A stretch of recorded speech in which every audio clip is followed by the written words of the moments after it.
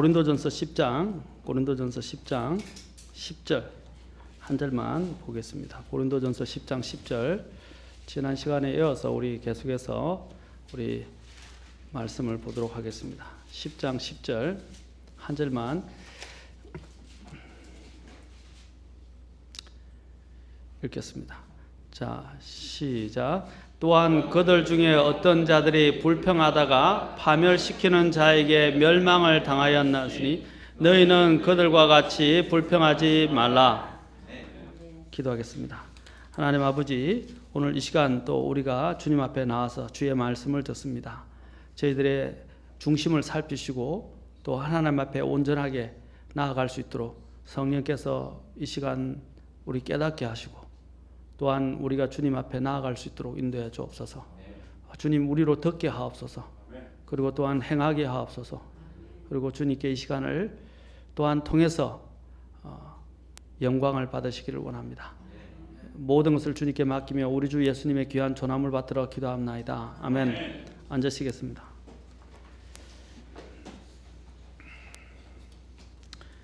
자, 저는 오늘 이 말씀을 통해서 바로 불평에 관한 위험성에 대해서 또 지난 시간에 이어서 계속해서 말씀을 드리겠습니다.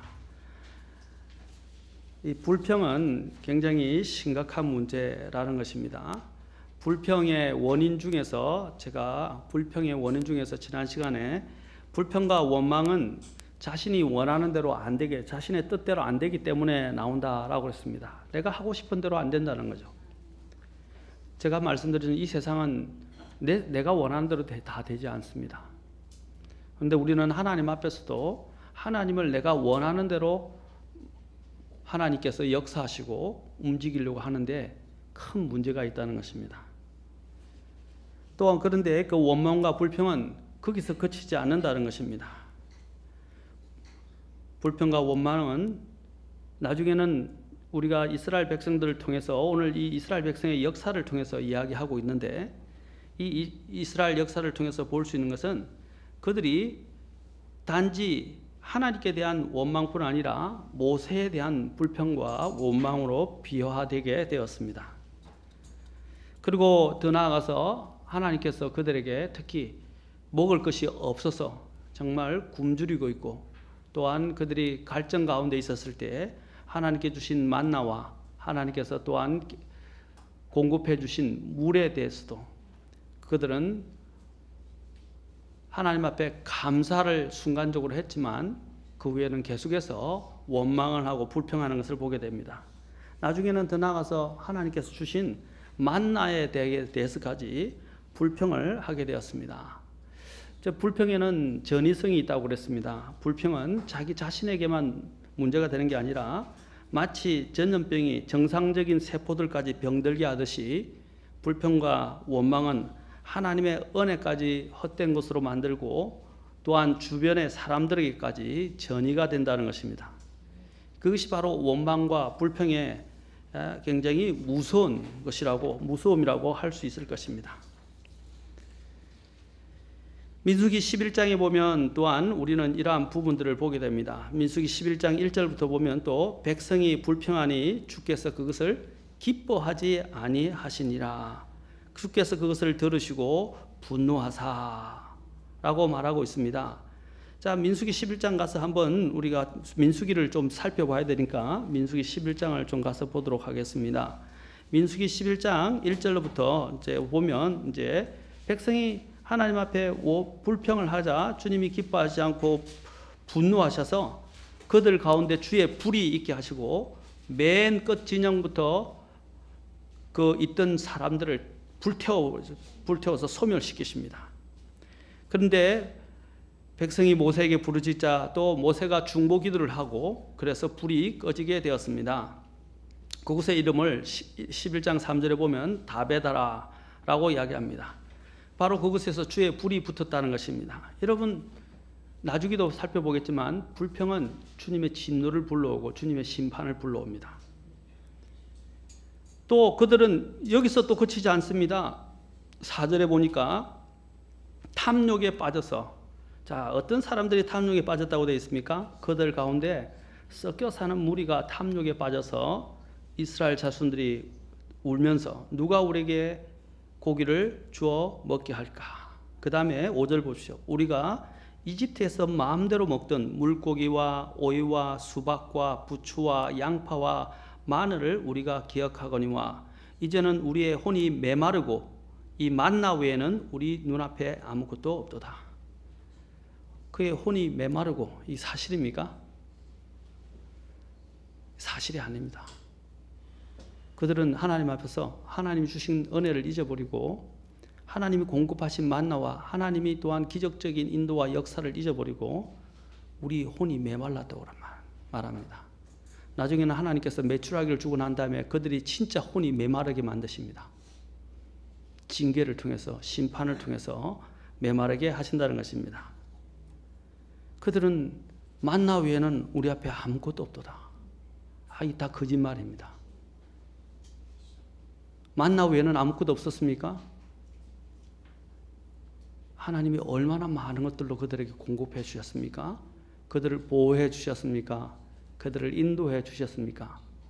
그런데도 그들은요, 자신들의 감정과 자신들이 생각하는 그 악한 생각에 따라서 그냥 무작정 말을 내뱉는 것입니다. 이게 불평한 사람들의 특성입니다. 그들은 자신들의 눈앞에서 자신들의 감정, 자신들이 느끼고 있는 대로, 자신들이 생각드는 대로, 그냥 있는 대로 그냥 내뱉는다는 것이에요. 오늘 여기 아까 우리 고린도전서 10장에 보면 불평이라고 나왔지만 또 고린도전서 10장에서는 불평뿐 아니라 그들의 문제가 불평에서 끝나자 탐욕에서 또 비롯됐다고 말합니다. 탐욕.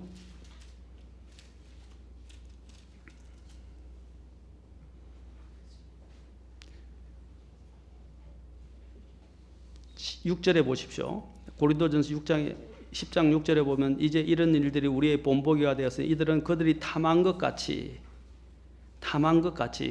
우리도 악한 것들을 탐하지 아니하게 하려 합니다. 하나님께서는 그들을 이집트의 이런 노예 생활로부터 구원해 주셨습니다. 우리의 삶을 보시면 하나님이 이 세상의 노예 생활, 죄의 노예, 사탄의 노예로부터 우리를 하나님께서 해방시켜 주셨습니다. 그리고 구출해 주셨습니다.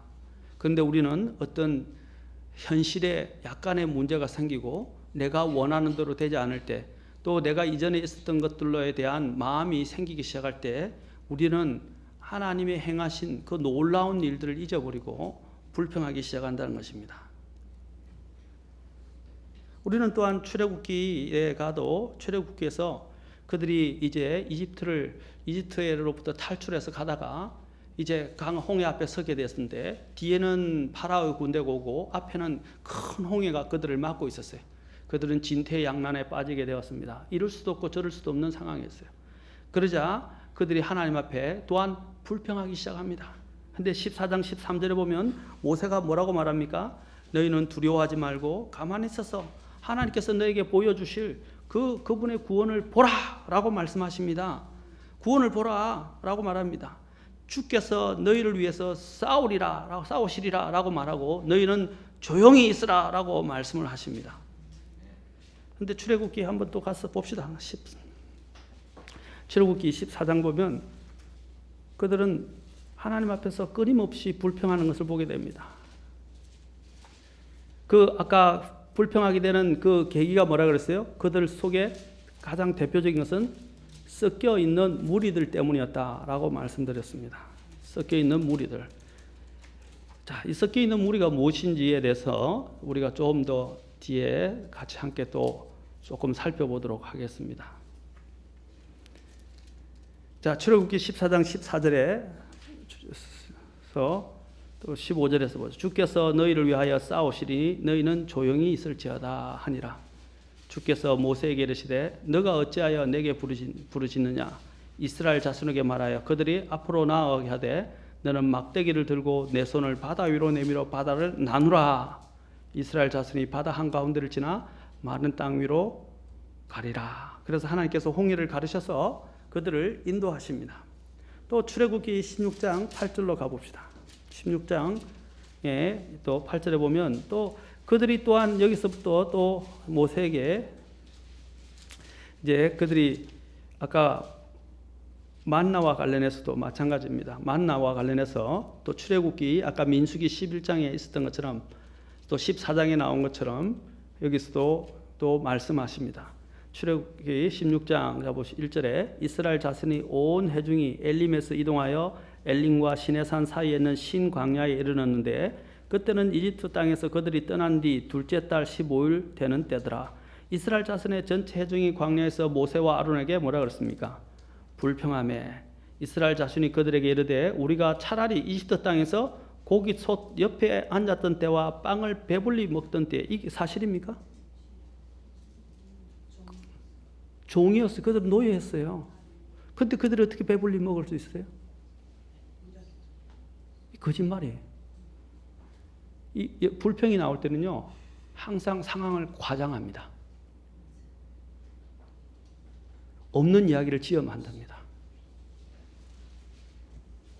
그래서 주의 손에 그때 차라리 주의 손에 죽었더라면 좋았을 텐데 너희가 이 광야로 우리를 데리고 나와 누구를 지금 이야기합니까? 모세와 아론을 이야기합니다. 너희가 이 광야를 우리를 데리고 나와 이 전체 집회 무리를 굶주려 죽게 하는도다. 이게 사실입니까? 하나님은 그들을 살게 하시려고 부르셨어요. 죽게 하시려고 부르시지 않으셨어요. 4절에 보십시오. 그때 주께서 이르시되 하나님은 참 긍휼이 풍성하십니다. 보라 내가 너희를 위하여 하늘로부터 빵을 비같이 내리리니 백성이 날마다 나가서 정한 양을 거둘지니라. 이로써 그들이 내 법 안에서 걸으려 하지 아니하는지 내가 그들을 시험하리라. 하나님이 지금 여기서 주신 이유가 뭡니까? 만나를 주신 이유가 그들을 긍휼히 여기셨기 때문이고 두 번째로 뭡니까? 그들이 내 법 안에서 걸으려고 하는지 않으려 하는지를 시험하시기 위해서다. 하나님이 그들의 마음을 보시는 거예요. 그들이 정말 하나님의 말씀에 따라서 살고자 하는지 아닌지 하나님 그것을 지금 시험하시는 것입니다. 하나님이 얼마나 많은 것들로 그들과 역사하셨습니까? 아까 우리가 보았지만 불평은 처음에 어디서 옵니까? 아까 내 마음대로 안 되기 때문에. 두 번째로는 여기서 보면 섞여 사는 무리 때문입니다. 이 섞여 사는 무리가 무엇입니까? 무리 가운데는 이스라엘 백성과 섞여 사는 무리가 있었는데 이 이스라엘 백성이 이집트를 탈출할 때에 이스라엘 백성들과 결혼을 했거나 아니면 함께 떠나왔던 그 이스라엘 백성들을 따라서 하나님을 두려워해서 함께 떠나왔던 이집트인들을 말합니다. 물론 그들은 개종을 했죠. 그 출애굽기 12장 37절부터 38절을 통해서 그들은 이집트를 탈출할 당시에 이스라엘 백성의 가반수에 해당하는 숫자였어요. 상당히 많았어요.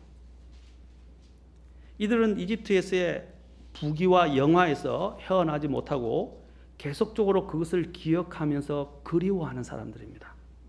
그들은 하나님의 구원의 은혜와 하늘 양식인 만나의 은혜를 무시한 채 그들 자신의 탐욕을 품고 죄를 짓도록 만들었기 때문입니다.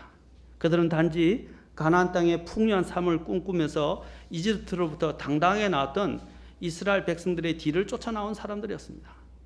그들은 마음에 하나님에 대한 그 역사와 하나님을 진짜로 신뢰하는 믿음이 없었던 것입니다. 그들의 마음 속에는 세상적인 이런 세상의 물질적인 또 세상에 이전에 있었던 것들에 대한 그런 가치관이 가득 차 있었고 그 문제가 해결되어지지 못한 사람들이었어요.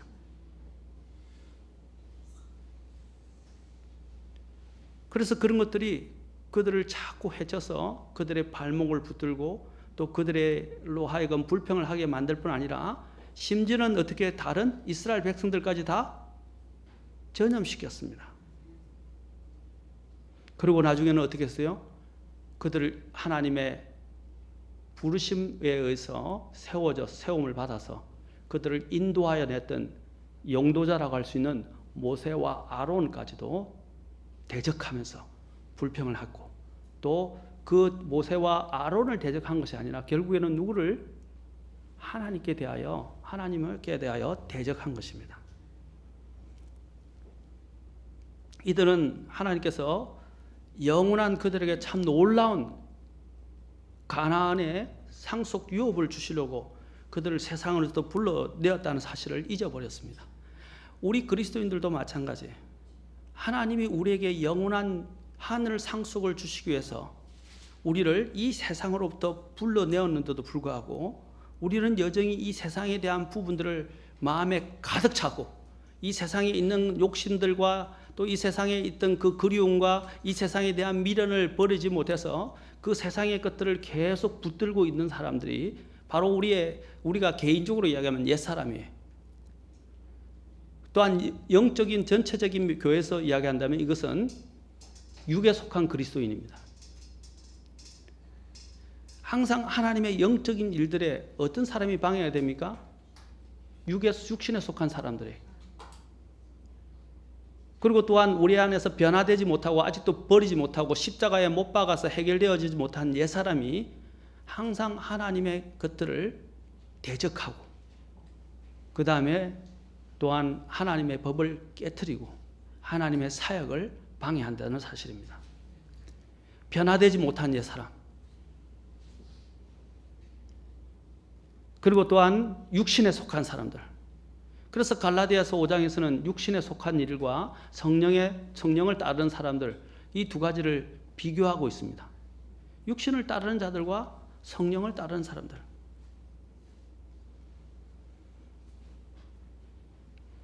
우리 안에서 새로워지지 못한 그리스도 안에서 전혀 새로워지지 못한 마음들, 생각들 그리고 과거의 세상적인 부분에서 아직 끊어내지 못한 그런 욕심과 정욕과 죄들의 문제는 하나님 앞에서 영적인 것을 바라보고 나아가는데 큰 장애와 걸림돌이 된다는 사실입니다.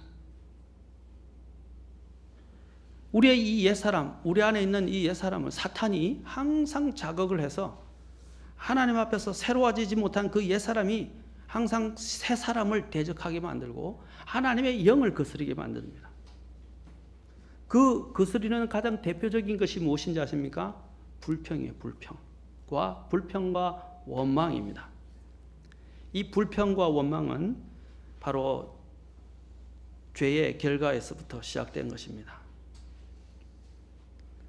불평은요, 아까도 얘기했지만 절이 되지만 또 불평은 정폭됩니다. 또 불평이 생기는 세 번째 원인은 만족하지 못하는 데서 오는 것입니다. 하나님께서 그들에게 만족할 것들을 분명히 주셨습니다. 시편 105편 40절에 보면 이렇게 기록되어 있습니다.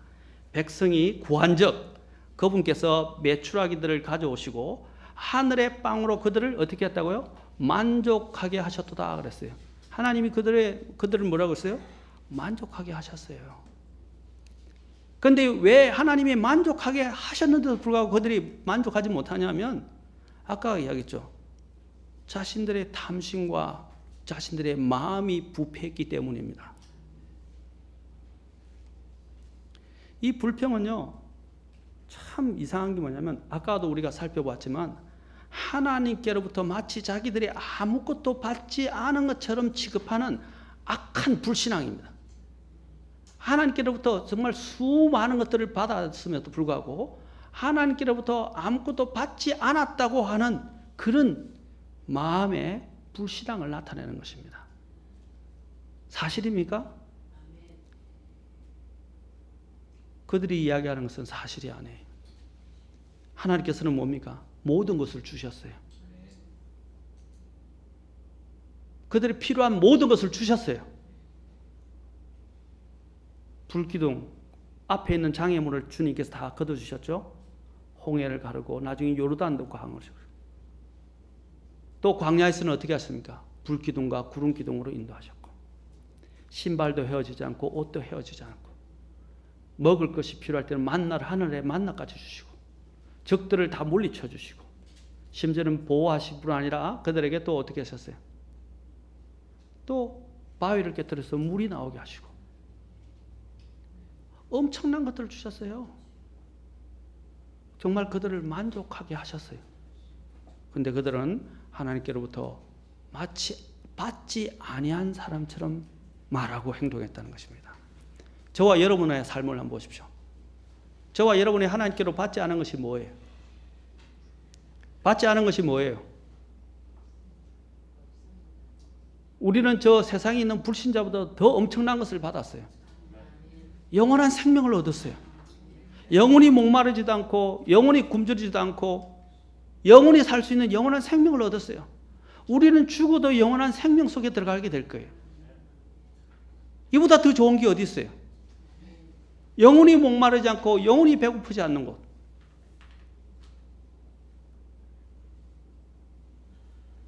사람에게서 가장 힘든 게 뭡니까? 못 먹고 못 마시는 거예요. 못 입는 거예요. 못 자는 거예요. 그런데 하나님 다 해결해 주셨어요. 거지 나사로를 보십시오.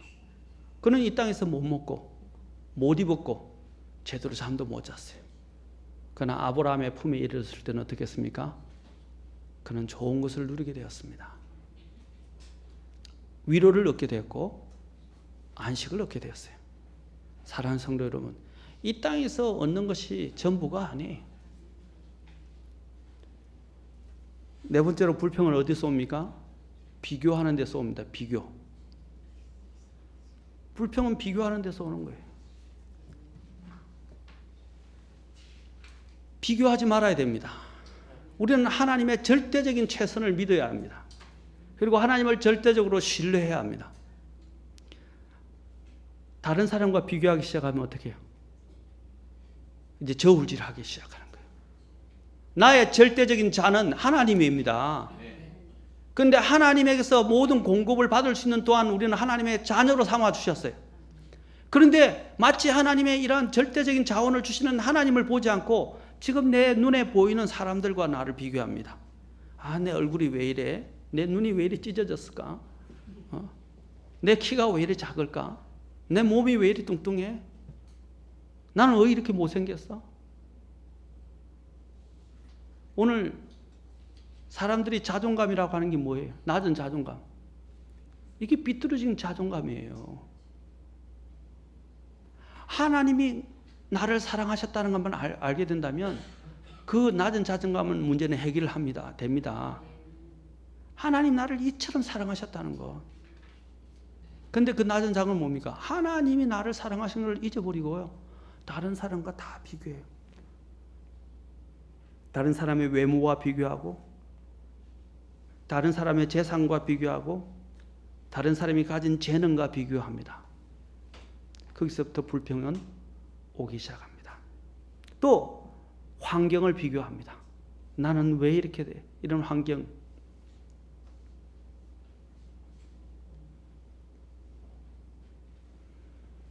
어떤 사람들은 별의별 것 가지고 아무것도 아닌 가지고 불평합니다.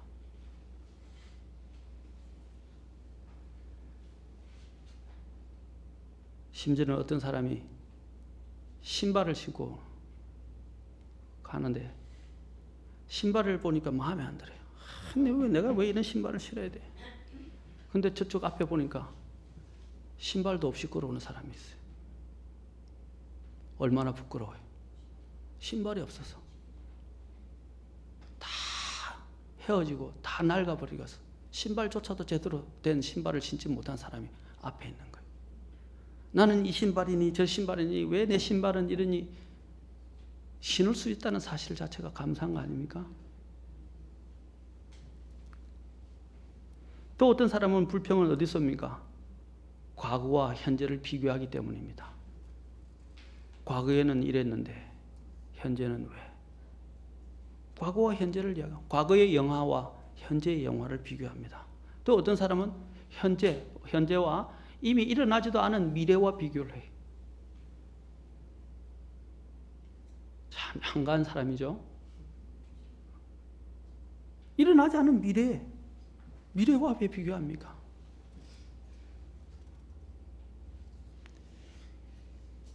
이스라엘 백성들이 왜 만나에 대해서 실정을 느끼게 되었습니까?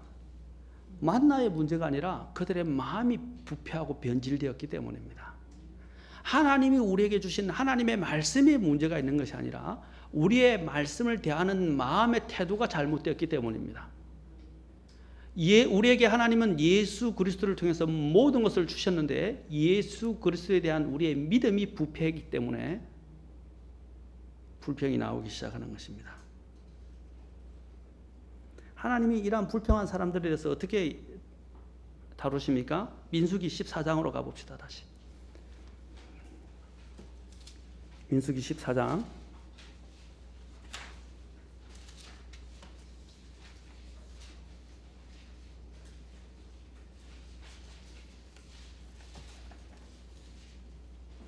14장 26절 27절 보세요. 하나님이 이 반역하고 불평한 사람들에 대해서 뭐라고 말합니까? 26절 27절 주께서 모세와 아론에게 말씀하여 이르시되 27절 내게 불평하는 이 악한 해중을 내가 어느 때까지 참으랴. 이스라엘 자손이 내게 불평하는 것 즉 그들의 불평하는 말을 내가 들었노라. 하나님이 뭐라고 말씀하세요?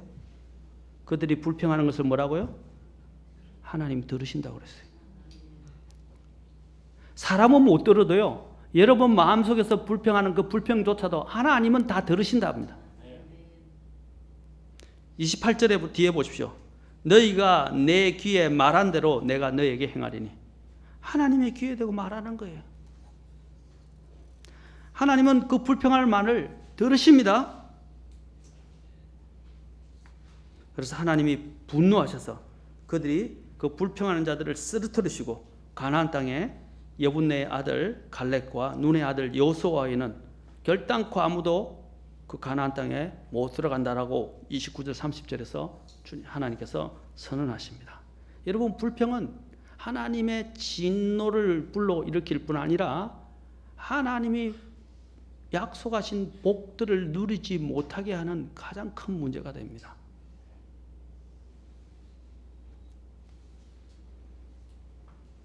이스라엘 백성들이 왜 광야에서 40년을 헤매게 되었습니까? 불평 때문이었어요. 하나님은 원망 소리를 그들의 불평과 원망 소리를 들으실 뿐 아니라 그 불평과 원망 소리로 인해서 그들을 징계하시고 심판하시는 분이십니다. 물론 하나님은 긍휼이 풍성하십니다. 하나님은 또한 오래 참으십니다. 그러나 여러분들이 하나님의 오래 참으심과 하나님의 선하심을 멸시해서는 안 됩니다. 로마서에서 뭐라고 되어 있습니까?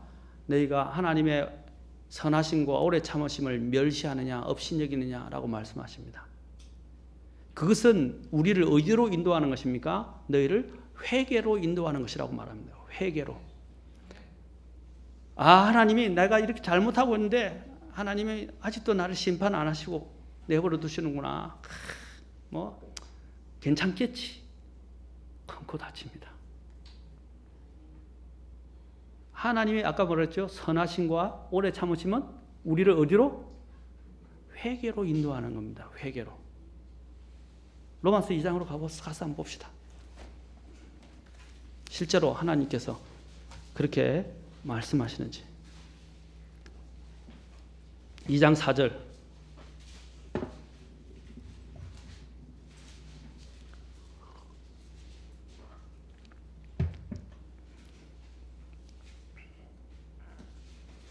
혹은 하나님의 선하심이 너를 인도하여 회개하게 함을 알지 못한 채 너가 그분의 선하심과 관대하심과 오래 참으심의 풍성함을 멸시하느냐. 다만 너가 너의 강팍함과 뉘우치지 아니한 마음에 따라 진노의 날 곧 하나님의 의로운 심판이 나타나는 그날에 닥칠 진노를 너에게 쌓아 올리는도다.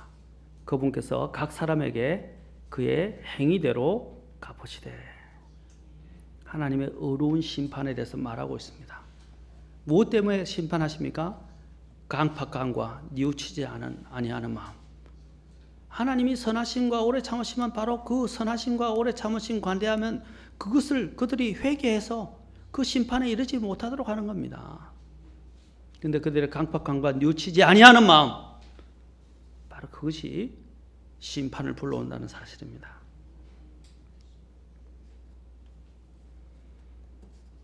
우리는 날 지켜주신 하나님의 은혜를 망각하고 오늘의 어려운 현실만 보게 될 때 우리는 원망하게 되고 불만과 불평을 가지게 됩니다. 그리고 하나님이 현재 주시는 축복의 은혜를 망각하고 있기 때문에 또 원망과 불평을 하게 됩니다. 하나님이 주신 것들을 잊어버리는 것입니다. 또한 여러분 보면 또 하나님께서 심판하시는 것 중에 하나가 대표적으로 또 민수기 16장에서 또 나옵니다. 자, 민수기 16장 보세요. 이제는 이스라엘 백성이 어디까지 나아가냐면 아까 그냥 불평, 자신들의 탐욕 때문에 또 자신들이 없다고 하면서 하나님 앞에 불평을 했지만 16장은 또 다른 면을 보여주고 있습니다. 모세와 아론에 대한 반역을 보여줍니다. 모세와 아론에 대한 반역이 어떤 것이었습니까? 16장을 잘 보세요. 그들이 이제는 특히 우리가 잘 아는 고라와 그렇죠? 다단의 진영에서 모세와 아론을 대적하여 함께 모여 그들에게 이르되 모세와 아론에게 이렇게 이야기합니다. 너희가 분수에 넘치게 행하노도다. 누가 이야기하는 거예요? 그 백성들이요. 그렇죠? 백성들이 모세와 특히 여러분이 잘 알고 1절에 보십시오. 고라 자손과 다단과 그렇죠? 그다음에 온이 사람을 데리고 와서 이스라엘 자손의 어떤 자들과 함께 모세 앞에 서서 이렇게 이야기합니다. 그리고 모세와 아론을 대적해서 너희가 분수에 아론과 모세가 분수에 넘치게 행하는도다. 온 회중 곧 그들 각 사람이 거룩하고 주께서도 그들 가운데 계시거늘 너희가 어찌하여 너희 자신을 주의 회중보다 높이려 하느냐. 주의 회중보다 높이려 하느냐. 모세와 아론은 누가 세웠어요? 하나님이 세우셨어요. 자, 4절에 모세가 그 말을 듣고 얼굴을 대고 엎드렸다가 고라와 그의 온 물에게 말하이르되 내일 주께서 자신에게 속한 자가 누구이며 거룩한 자가 누구인지 보이시고 또 그 사람을 자신에게 가까이 나아오게 하시되 친히 택하신 자를 자신에게 가까이 나아오게 하시리니 너희는 이 일을 행하라. 너희 곧 고라와 그의 온 무리는 향로를 취하고 내일 주 앞에서 그 안에 불을 담고 그것들 안에 향을 두라. 그때 주께서 택하시는 자는 거룩하게 되리라. 레위 아들들아 너희가 분수에 넘치게 행한도다. 여기서 이렇게 돼서 그들이 앞에 나왔을 때 그들이 어떻게 됐습니까? 땅이 벌어지고 나중에는 그들이 고라와 다단의 자손들이 그 하나님께서 땅을 벌려서 그들을 다 삼켜버리게 만들었다는 것입니다. 그러고 난 다음에 17장에 보면 아론의 막대기에서 하나님께서 막대기를 두게 하셔서 다른 어떤 막대기보다 아론의 막대기에서 싹이 나오게 하셔서 하나님이 세우신 그 아론의 그 제사장 대제사장 직분 바로 그 직을 하나님께서 임명하시고 또 축복하시고 거룩하게 하시고 그들을 또한 부르셨다는 것들을 이스라엘 온 백성들 앞에 확정시켜 주셨습니다. 불평은요, 그들이 자신들의 지위를 알지 못할 때 또 온다는 것을 보게 됩니다. 성경에서 신약 성경에서는 믿음의 분량대로 하라 그랬어요. 믿음의 분량대로. 자신의 믿음의 분량을 넘어서는 것은요, 굉장히 위험한 일입니다.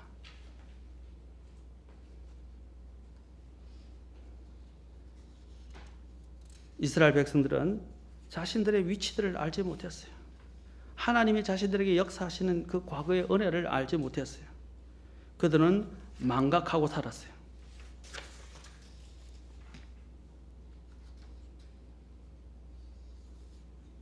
불평을 우리는 하나님이 들으신다는 것을 기억하셔야 됩니다.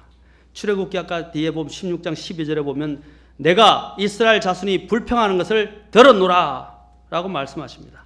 아까 우리가 읽었던 민수기 24장 27절과 28절에서도 그들의 불평하는 말을 내가 들었노라 라고 말씀하시고 한때는 주님께서 불뱀을 보내주고 한때는 땅이 벌어져서 그들을 삼키게 하시고 한때는 메추라기를 보내서 그들이 입에 메추라기를 물자마자 하나님께서 그들이 그것으로 해서 죽게 만드셨어요. 화를 입게 만드셨어요. 그리고 메추라기를 탐욕으로 구했을 때 그들이 질릴 때까지 하나님께서 메추라기를 주셨어요.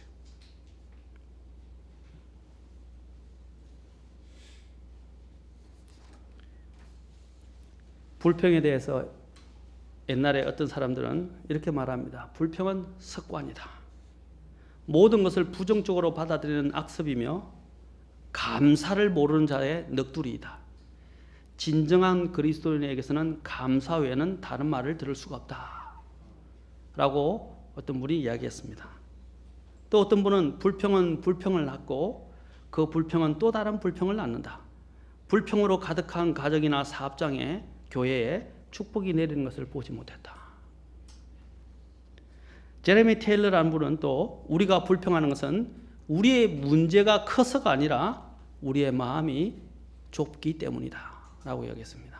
아까 그 근원이 어디서 왔다고요? 마음에서부터 온 것입니다. 이 불평하는 자는요, 사탄이 사용합니다. 사탄이 어떻게 사용합니까? 욥의 아내처럼 사용합니다. 여러분, 욥이 고난을 당했을 때 그는 자신의 모든 가축들과 재산을 잃었어요. 그리고 그의 종들을 잃었어요. 심지어는 그의 자녀들을 잃었어요. 다 잃었는데 한 명만 안 잃었어요. 그 아내였어요. 왜 아내만 안 잃었을까요? 왜 아내만 살아남아 있었을까요? 예? 자식을 다시 주기 위해서요? 하나님이 나중에 아내를 통해서 주셨다고 하지 않습니다. 나중에 보면 하나님이 우리가 이 성경을 많은 보는 학자들은 전부 다 성경 교사들은 부활했을 것이라고 믿습니다. 왜냐하면 자녀는 그 수만큼 돌려주시고 가축은 2배로 주셨어요. 아내가 그 많은 아이들 낳는데 또 나이가 들었는데 또 그 많은 아이들을 낳을 수 있겠어요? 제 생각에는 그것은 불가능하다고 생각합니다. 그 아이를 그 숫자대로 주셨단 말입니다. 부활의 신앙이라고 믿습니다. 저는. 어쨌든 그보다는 사탄이 사용할 수 있는 도구였다는 사실입니다. 사탄이 손을 댔잖아요. 사탄이 욥의 재산을 가져가고 욥이 또 자녀들을 가져갔어요. 그런데 사탄이 그의 아내만은 손을 안 댔다 이 말입니다. 왜 손을 안 댔을까요? 그 아내가 바로 사탄의 가장 중요한 도구가 될 수 있었기 때문입니다. 그래서 아내가 뭐라고 합니까? 아내가 욥기 2장 9절과 10절에 보면 뭐라고 말합니까? 당신이 아직도 당신의 순전함을 지키느냐? 하나님을 저주하고 죽어라 라고 이야기합니다. 이 얼마나 냉혹한 이야기입니까? 아내를 남겨둔 이유는요, 사탄이 남겨뒀어요. 사탄이 다 가져갔어요. 하나님이 사탄에게 허락해서 다 가져갔어요. 욥의 몸까지 쳤어요. 그러나 아내만은 정상적으로 남겨뒀어요. 그런데 아내가 어떻게 해요? 사탄에 의해서 욥에게 저주를 퍼붓게 하기 위해서 남겨두었다는 말입니다. 그러자 욥은 어떻게 말했습니까? 당신이 어리석은 여자들 중에 하나가 말하듯 말하니 무슨 까닭이냐? 우리가 하나님의 손에서 좋은 것을 받으며 또 나쁜 것을 받지 아니하겠느냐? 이 모든 일에서 욥이 자기 입술로 죄를 짓지 아니하니라. 이게 중요합니다. 이 모든 일에서 욥이 자기 입술로 죄를 짓지 아니하니라. 잘 들으십시오. 욥이 어떻게 했다고요? 이 모든 일에서 자기 입술로 죄를 짓지 아니하니라. 뭐겠어요? 불평하고 원망하고 변명하려 하지 않았어요. 잠언 4장 24절에 보면 삐뚤어진 입을 내게서 버리며 뒤틀어진 입술을 내게서 멀리하라 라고 말합니다. 여러분, 불평은 입에서, 마음에서부터 시작해서 입으로 나옵니다. 입을 바로잡으라고 말합니다. 잠언 6장 12절에서는 품행이 나쁜 자, 곧 사악한 자는 삐뚤어진 입을 가지고 걸어다니며 라고 말하고 있습니다.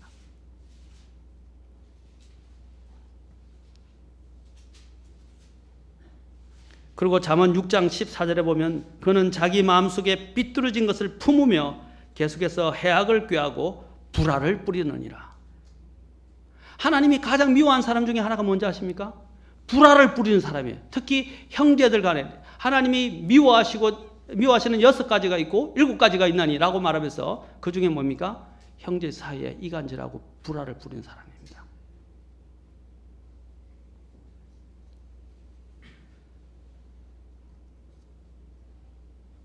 잠언 15장 4절에는 건전한 혀는 생명나무이나 그 안에 삐뚤어진 것은 영 안에 갈라진 틈이니라.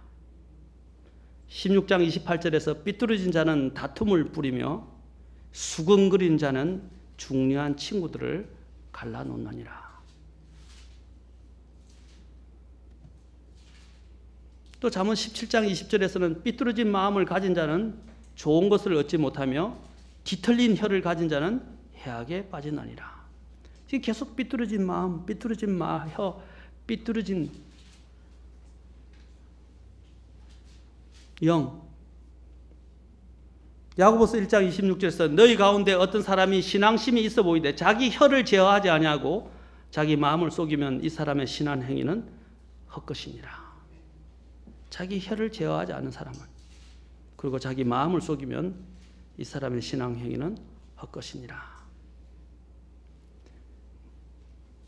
베드로전서 3장 10절에서는 생명을 사랑하고 좋은 날들 보기를 원하는 자는 자기 혀를 지켜 악에서 떠나게 하고 자기 입술을 지켜 교활한 것을 말하지 말게 하며 악을 피하고 선을 행하며 화평을 구하고 그것을 따르라.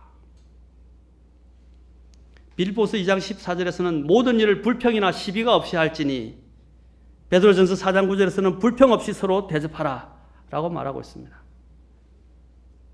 여러분, 이 불평은 마음 안에 있는 독소와 같습니다. 우리의 영혼과 마음과 몸과 삶을 병들게 하는 독소이고 심지어는 우리의 공동체를 병들게 하는 독소가 됩니다. 그래서 아까 말씀드린 야고보서 5장 형제들아 서로 불평하지 말라. 야고보서 5장 9절에서는 형제들아 서로 불평하지 말라. 그리하여야 너희가 정죄를 받지 아니하리라. 보라 심판자께서 문 앞에 서 계시나니라.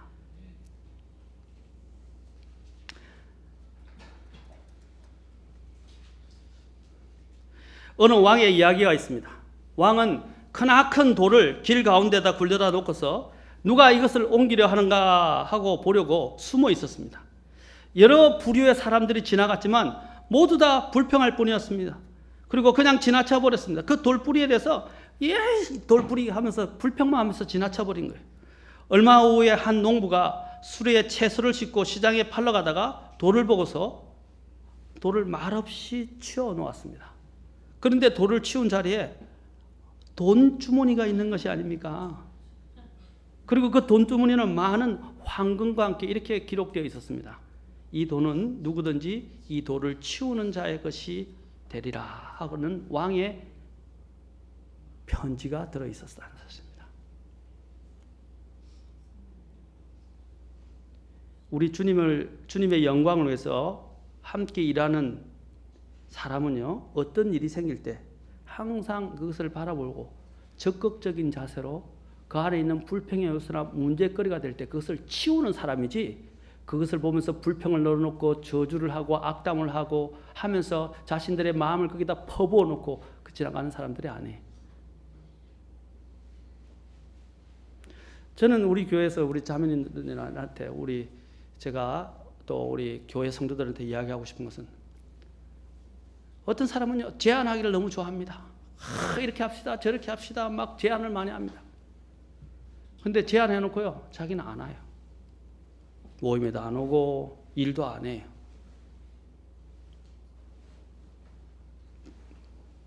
그럼 누가 하는 거예요? 그래서 저는 항상 이야기합니다. 제안하는 분이 하세요. 그 중요한 문제입니다. 교회 안에는요 사공이 너무 많으면 안 돼요. 사공이 많으면 산으로 간다 그랬어요. 배가 산으로 간다 그랬어요.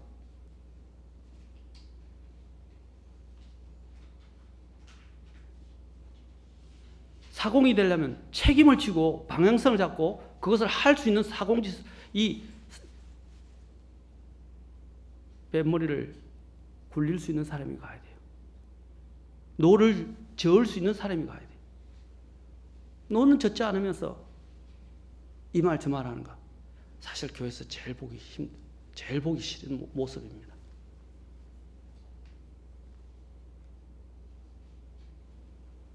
불평한 사람들은요, 일을 해결하려고 하지 않고요, 오히려 일을 해결할 수 있는 부분들에 대해서 이 말 저 말을 많이 합니다. 불평한 사람들의 영혼은 메말라가지만 이것을 적극적인 하나님의 관점에서 보는 사람들은 그것을 위해서 기도하고 그것을 해결하려고 그러고 그 문제를 하나님께 맡기고 자신이 할 수 있는 한 그 문제를 해결하려고 합니다. 그리고 그의 목적은 뭡니까? 자기의 문제에만 빠져있지 않고 자기가 그 돌뿌리를 아까 치워서 그만 자신이 누리는 게 아니라 다른 사람들까지도 그 길을 지나가는 사람들이 다 혜택을 누리게 만든다는 거예요. 이게 믿음의 사람의 모습입니다. 아멘. 불평의 요소가 생겼을 때 내가 직접 그 안에서 불평의 요소들을 제거해서 모든 사람들이 윤택하게 하는 것이지 모든 사람들이 시험에 걸려 넘어지게 만드는 게 아니에요.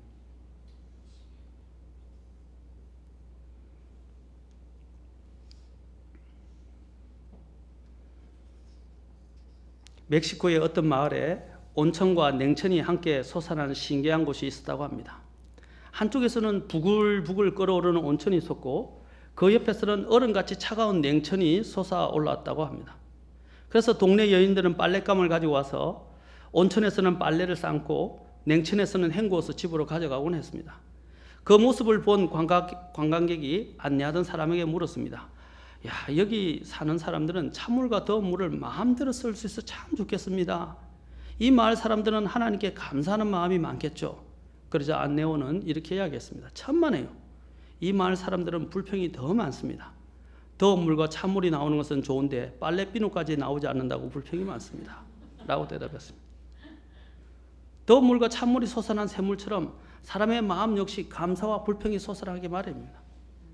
중요한 것은 감사하는 일이 많아지고 불평하면 불평하는 일이 점점 많아진다는 것입니다. 우리는 주님께서 고쳐주셨던 10병의 나병 환자 중에서 한 명의 사마리아 그 나병 환자가 유일하게 주님께 돌아와서 감사를 했던 것처럼 우리는 우리의 마음들이 감사로 가득 차야 됩니다. 여러분, 올 한 해 제가 처음에 설교했던 내용이 뭡니까? 감사는 자가 되라. 감사하는 사람이 모든 일에서 감사하고 감사하는 자가 되라. 우리의 삶에서 불평을 제거하십시오. 불평은 위험한 것입니다. 무서운 것이고 독소와 같습니다. 우리의 삶에, 우리의 교회 공동체 내에서 불평을 제거하고 우리가 해야 할 것은 아까 여기서 돌뿌리를 치워 놓은 것처럼 우리 앞에 놓여 있는 이 문제들을 다른 모든 사람들이 혜택을 누릴 수 있도록 같이 함께 또한 공동체가 다 함께 이런 혜택을 누릴 수 있도록 자신이 자원해서 그 문제들을 조용히 해결하고 또한 하나님 앞에 나아가는 저희 교회가 되면 좋겠습니다. 오늘부터 우리의 마음속에는 또 우리의 교회 내에서는 또 우리의 전체적인 그리스도인의 삶에서는 특히 우리 가정에서도 마찬가지입니다. 불평이 나오지 않게 하십시오. 불평을 제거합시다. 그리고 하나님 앞에 감사하는 자가 됩시다. 기도하시겠습니다.